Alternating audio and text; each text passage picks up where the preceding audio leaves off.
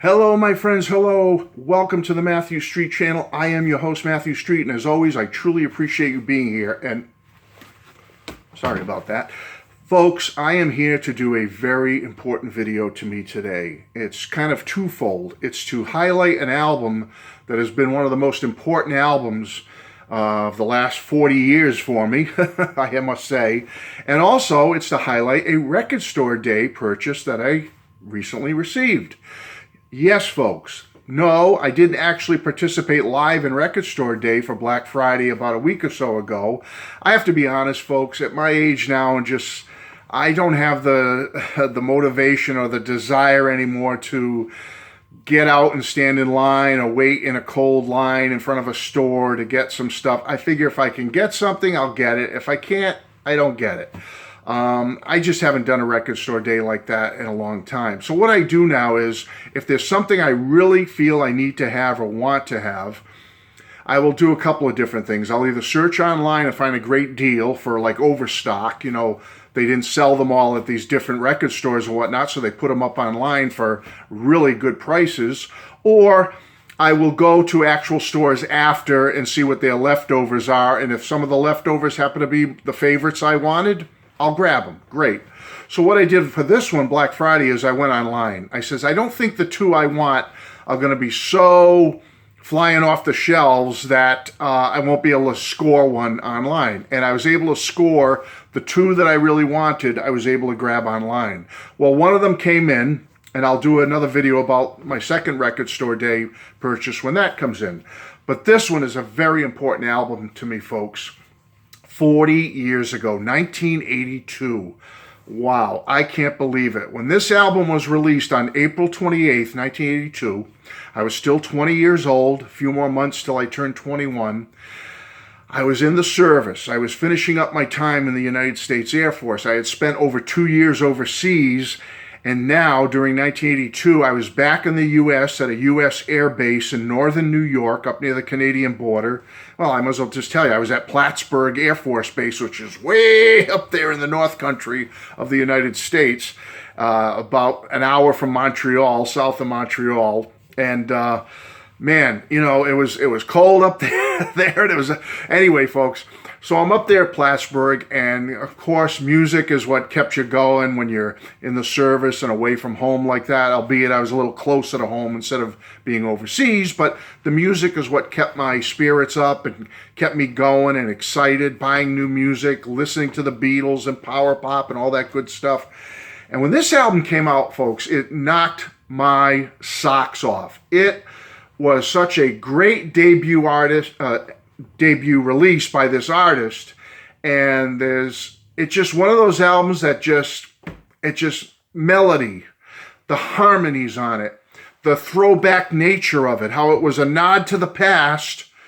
I always considered it like a nod back to Buddy Holly and the early Beatles, and yet it still retained that fresh, modern, new wave-ish rock and roll power pop sound. The hooks were just endless on this album. Non-stop hooks that just pulled you right in and held on to you. And the tunes were just written so great. Great pop tunes. Great power pop tunes. Man, so many different little genres were within these songs, but they were so pure and so honest and so real. And that album was the debut album by Marshall Crenshaw, self-titled Marshall Crenshaw. And I got one back here, and I got one over here. But here's my CD, Rhino Deluxe version that came out a few years ago. Sorry about the glare, folks. Folks, this album is a classic, classic, classic to me. Such a promising debut for Marshall. So many famous songs from this album, critically loved by, I think Rolling Stone said at one time that every song on this album is a classic. It's a gorgeous debut, I think they were quoted as saying. It was listed in their 100 best albums of the 1980s. That's how much they loved it. And fans loved it. It's beloved by Marshall's fans, by fans of pure rock and roll and power pop. It's just loved. It's always on the top of people's list as being one of the best debuts of all time. And the band consisted obviously of Marshall Crenshaw on vocals and guitar, main songwriter, his brother Robert Crenshaw on drums, background vocals, and their friend Chris Donato on bass and background vocals. Now, Marshall, just to give you a quick background, he started out in Beatlemania. He came to New York, was in the Beatlemania, one of the touring groups of Beatlemania. Matter of fact, a couple of his cohorts in that band at that time were Glenn Burtnick playing Paul McCartney, who's now in the Weaklings and did a brief stint in Styx, and you had Tom Teely as George, who has also had a solo career in rock and roll. Of course, Marshall played John Lennon, and he played it to a T. He really had the part down. But while he was in Beatlemania and he was near the end of his run in it and getting ready to leave the troupe, he decided to start recording demos and songs. And these songs were so good, so awesome, that he received offers from Warner Brothers Records and RCA Records, who knows, among others, but those are the two main ones. He ended up choosing Warner Brothers Records. He got a 5 LP deal with Warner Brothers. That's amazing. Yeah, that's like unheard of today to get something like that.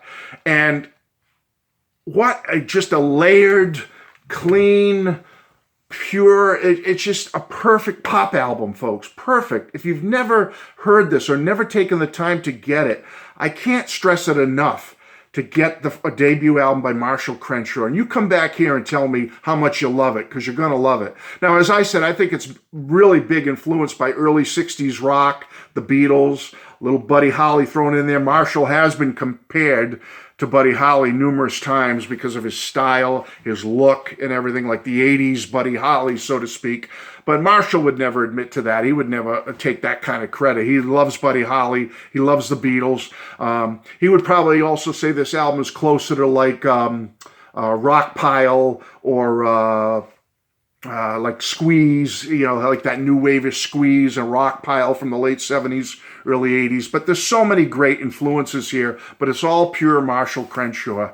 And folks, why I'm so excited and happy is because for the 40th anniversary Black Friday Record Store Day, a beautiful vinyl album was released with an alternate cover. All right, here's the original cover. Here's the new alternate cover. The Marshall Crenshaw album. 40th anniversary expanded edition, one of the greatest albums of the 80s.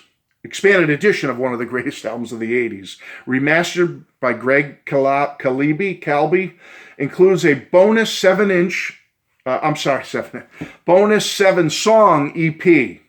5 previously unreleased tracks with B-sides, alternate takes, home demos, and live recordings, including You're My Favorite, Waste of Time, which is one of his most well-known songs, Rolling Stone, The Village Voice, Spin, Paste, Mojo, etc. All consider this one of the greatest albums of the 80s. Here's the back cover, which replicates the back cover of the original. And I just want to show you the vinyl. What a nice package they've done for this 40th anniversary. Inner sleeve with notes from Marshall. More images here at this LP on the back. On Yep Rock Records. All right. And number 2, more notes. Picture of Marshall there. Stuff to read. Great pictures of the guys back here. And I'll show you LP number 2. This is the 7-track EP with the bonus cuts. So, folks, it's a beautiful, beautiful package. I'm just so happy to say that I'm a big fan of Marshall Crenshaw. I have everything by him, everything. Love him to death. One of my favorite artists of all time. I have a sealed LP of his first album up there. I have my original LP of Marshall Crenshaw is right here. And I met Marshall Crenshaw several times. I've seen him live numerous times. But he signed in silver Sharpie with an arrow pointing to a Marshall Crenshaw. He signed his first album for me, and I cherish this. I met Marshall, got a picture taken with him. He signed the album for me. You can't beat it, folks. Folks, check out the first Marshall Crenshaw album. And if you're so inclined, get the 40th anniversary Black Friday Record Store Day edition, all remastered with bonus cuts. Check it out. So that's it, folks. I wanted to show you my first Record Store Day a grab of Black Friday Record Store Day. It came in the mail, and I'm so excited and happy to see you here. And hey, Folks, check this album out, or if you have it or have checked it out, tell me what you think. I'm sure you'll love it. Thanks again, folks. Love you all. I'll talk to you soon. Bye-bye.